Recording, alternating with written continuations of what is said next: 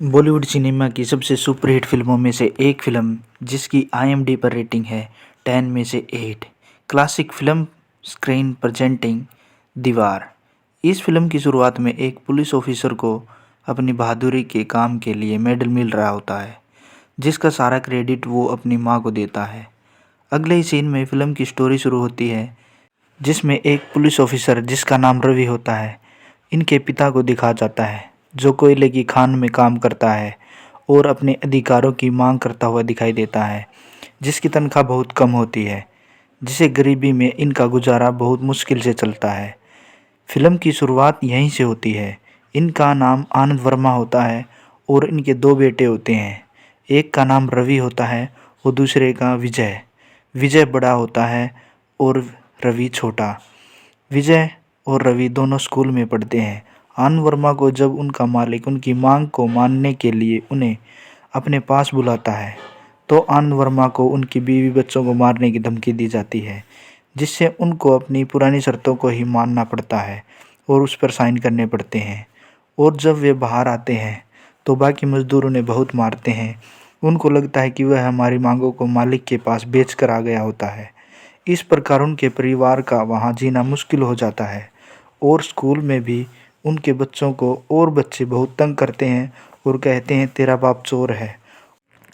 एक बार जब विजय स्कूल से घर आ रहा होता है, तब शराबी लोग उसे तेरा बाप चोर है कहकर चिढ़ाते हैं और उसे पकड़ लेते हैं और टैटू बनाने वाली मशीन से उसके हाथ पर मेरा बाप चोर है लिखवा देते हैं, जिससे वह बहुत गुस्सा होकर घर आता है और उसे मारते भी हैं। और इस बेइज्जत भरी जिंदगी से तंग आकर उनका पिता आनंद वर्मा घर छोड़कर हमेशा के लिए चला जाता है। और कुछ दिनों में रवि, विजय और उनकी माँ सभी वहाँ से घर छोड़कर शहर चले आते हैं और रवि और विजय की माँ सुमित्रा देवी मजदूरी करके उन्हें पढ़ाती है। वह इतना नहीं कमा पाती कि दोनों की फीस भर सके। उन दोनों की फीस को वो नहीं भर पाती। इसी वजह से रवि भी पढ़ाई छोड़ देता है और वो भी अपनी माँ की तरह काम करके अपने भाई को पढ़ाता है। दरअसल वह बूट पॉलिश का काम शुरू कर देता है और एक दिन दो अमीर व्यक्ति बूट पॉलिश करवाने आते हैं।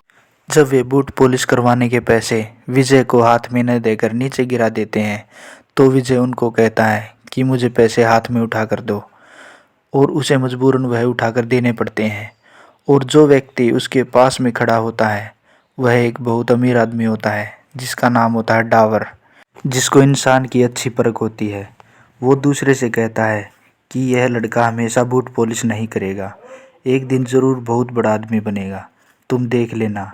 रवि भी अब पूरी मेहनत से पढ़ाई कर रहा होता है और अगले ही सीन में दिखा जाता है कि अब वे दोनों बच्चे बड़े हो गए होते हैं और अब रवि रोज़ नौकरी की तलाश करता है और विजय अब कुली का काम करता है। विजय की बचपन से ही भगवान में श्रद्धा नहीं थी और विजय मंदिर के बाहर ही खड़ा रहता है। उसके बाद वे दोनों अपने अपने काम पर चले जाते हैं। अब अगले सीन में विजय को काम करते हुए दिखा जाता है। उसका बिल्ला 786 नंबर का होता है, जिसको वह लक्की मानने लगता है, क्योंकि उसके रहीम चाचा ने बताया था कि यह बहुत पाक बिल्ला होता है। जैसे तुम ओम को मानते हो, हम मुसलमान उसी तरह 786 को पवित्र मानते हैं और इसमें बहुत बरकत होती है। अगले ही सीन में विजय और वहाँ के काम करने वाले लोगों को उनकी पगार मिल रही होती है, तो कुछ मवाली लोग गुंडे टाइप के उनसे हफ्ता लेने आते हैं, लेकिन एक नया लड़का हफ्ता देने से मना कर देता है, जिससे छीना झपटी में उसकी ट्रक से एक्सीडेंट में मौत हो जाती है, जिससे विजय पर इसका बहुत प्रभाव पड़ता है। और विजय कहता है आगे से एक और मजदूर अब हफ्ता देने से मना करेगा। उधर रवि की दोस्ती एक लड़की से हो जाती है, जिनके पिता पुलिस में बड़े ऑफिसर होते हैं। रवि नौकरी की तलाश में हताश हो चुका होता है। वह अपने परिवार के लिए कुछ करना चाहता है। अगले ही सीन में दिखाया जाता है कि विजय हफ्ता देने से मना कर देता है और उन बदमाशों को मारकर भगा देता है। अब वे अपनी मार का बदला लेना चाहते हैं और विजय को बदमाश चारों तरफ से ढूंढने लगते हैं। विजय एक दुकान में चाय पी रहा होता है और विजय का चाचा रहीम कहता है कि बेटा उनसे मत उलझो, पीछे से निकल जाओ। अगले ही सीन में दिखाया जाता है कि वो बदमाश उन्हें ढूंढने का प्लान बनाते हैं, लेकिन विजय उनका पीछे बैठे इंतज़ार कर रहा होता है। इस फिल्म में बदमाशों का सरदार होता है जिसका नाम पीटर होता है और इस फिल्म का एक मशहूर डायलॉग होता है जिसको विजय कहता है, पीटर तुम मुझे ढूंढ रहे हो और मैं तुम्हारा यहाँ बैठा इंतज़ार कर रहा हूँ। और इस बीच उनके बीच घमासान लड़ाई हो जाती है जिसमें विजय उनको बहुत मारता है। अगले ही सीन में दिखाया जाता है कि रवि सारी रात नौकरी के फार्म भर रहा होता है कि कहीं नौकरी मिल जाए और दूसरे सीन में दिखाया जाता है कि उनका पिता आज भी उसी रेल में सफ़र कर रहा होता है बहुत सालों से जिसमें पहले वो घर छोड़कर गया था। और अगले सीन में दिखाया जाता है जब एक दिन विजय कुली के काम पर जा रहा होता है तो पीछे से कोई आवाज़ लगाता है। यह वही आदमी होता है जो बचपन में उनसे बूट पॉलिश करवाता था जिसका नाम होता है डावर। दरअसल विजय ने जिन बदमाशों को मारा था वो सामंत के आदमी थे जो 2 नंबर के काम करता है। जुए के अड्डे, लूटपाट, हफ्ता वसूली, शराब की भट्टियाँ व स्मगलिंग का सोना लूटना उनके मेन काम थे। दरअसल सामंत डावर के सोने की तस्करी का माल लूट लेता था जिससे डावर बहुत परेशान था और डावर विजय से कहता है तुम मेरे लिए काम करो। डावर विजय को सारी बातें समझा देता है कि जो सोना मेरा बाहर से देशों से आता है उसको तुझे मुझ तक सुरक्षित पहुंचाना होगा, उसके लिए मैं तुम्हें पैसे दूंगा। और विजय अपनी गरीबी के कारण ये काम करने के लिए राजी हो जाता है। जब डावर उन्हें एडवांस के लिए कुछ रुपए देता है तो वह उन्हें मेज पर गिरा देता है। तो विजय कहता है मैं आज भी फेंके हुए पैसे नहीं उठाता। तो उस व्यक्ति को वे बातें सारी याद आ जाती हैं जो उसे कई साल पहले देखी थी। अब विजय भी इन 2 नंबर के धंधों में पड़ जाता है और वह अपनी जान पर खेलकर इस काम को करने लगता है। इस काम में जान का बहुत खतरा होता है और जब वो सोने को वापस लाता है डावर के पास तो उसे गोली लग जाती है। लेकिन विजय 786 वाले बिल्ले के कारण बच जाता है क्योंकि वह गोली उसकी जेब में बिल्ले से टकरा जाती है जिससे विजय बच जाता है।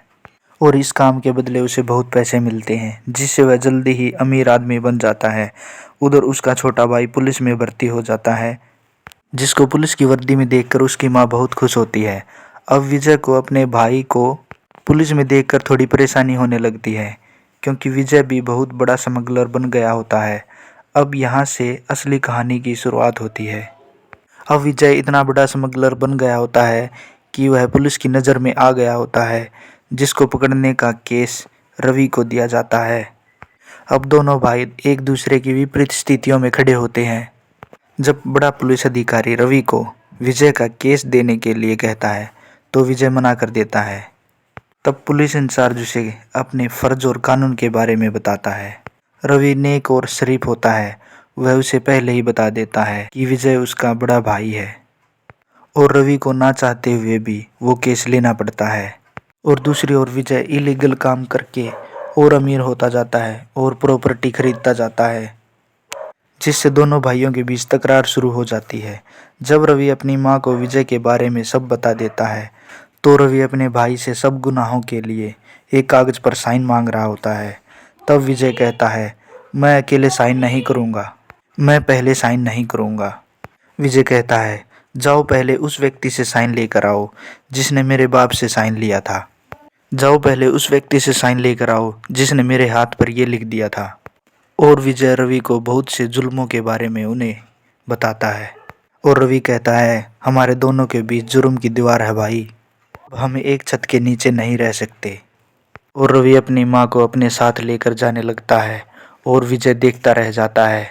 विजय अपनी माँ को रोकता है और कहता है कि माँ मैंने ये सब कुछ तुम्हारे लिए किया है। और उनकी माँ उनके पति की तरह अपने असूलों की पक्की होती है, वो नहीं चाहती कि कोई उनके बेटे को भी चोर कहे उनके पिता की तरह। और रवि वहाँ से अपनी माँ को लेकर चला जाता है।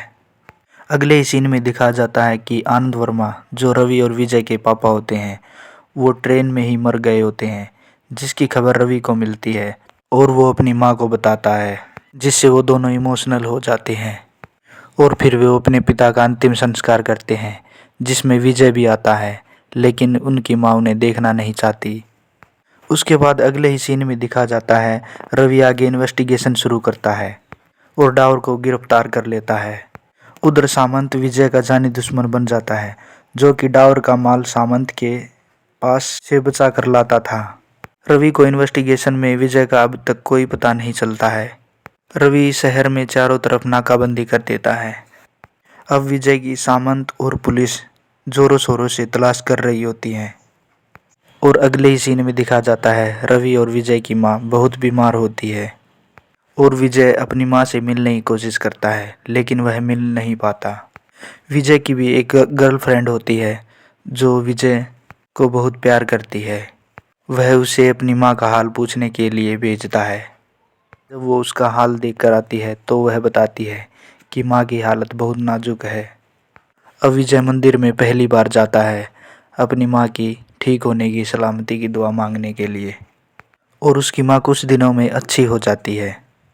और अगले ही सीन में दिखा जाता है विजय अपनी गर्लफ्रेंड से शादी करने की सोचता है, क्योंकि वह उसके बच्चे की माँ बनने वाली होती है।